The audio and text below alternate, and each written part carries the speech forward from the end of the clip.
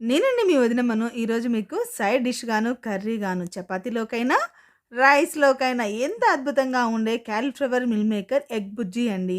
Egg bhurji అనొచ్చు, egg fry అని కూడా అనొచ్చు. ఎంతో అద్భుతంగా ఉంటుందండి. దాని తయారీ కోసం హాఫ్ కేజీ కాలీఫ్లవర్‌ని చిన్న చిన్న ముక్కలుగా కట్ చేసుకొని, వేడి నీళ్లు పోసి, ఇంకొక గుప్పెడన్ని మిల్ మేకర్‌ని తీసుకుంటున్నాను.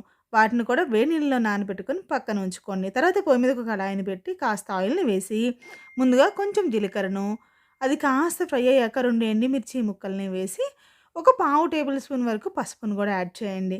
తర్వాత వేడి నీటిలో కడిగి పెట్టుకున్న కాలీఫ్లవర్ ముక్కల్ని, ఇంకా సోయా చంక్స్‌ని కూడా ఒక్కసారి పిండి దాంట్లో యాడ్ చేయండి. తర్వాత ఒక హాఫ్ టేబుల్ స్పూన్ వరకు సాల్ట్‌ని యాడ్ చేసి, మొత్తాన్ని కలియబెట్టి, మూతబెట్టి, స్టవ్‌ని సిమ్‌లో ఉంచి 80% ఉడకనివ్వండి. అంటే ముక్క కాస్త మెత్తబడాలి. అంతసేపు మగ్గనివ్వండి. తర్వాత ఒకసారి చెక్ చేసుకోండి ఉడికాయా లేదా అని. కాస్త మెత్తబడ్డాయా 3-4 వరకు ఎగ్స్‌ని తీసుకొని బ్రేక్ చేసి, మనము నెమ్మదిగా కలుపుకుంటూ ఆ కాలీఫ్లవర్‌కి ఆ ఎగ్ కోటింగ్‌లాగా పట్టేలాగా పట్టిన తర్వాత మూతబెట్టి ఇంకొక 2 నిమిషాలు మగ్గనివ్వండి.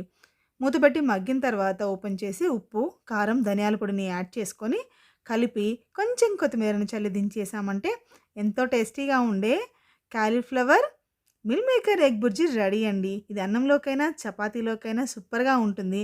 ఇంకా రసం, సాంబార్ అలాంటి వాటిలో సైడ్ డిష్‌గా గనుక ఉపయోగించినట్లయితే అద్భుతంగా ఉంటుందండి.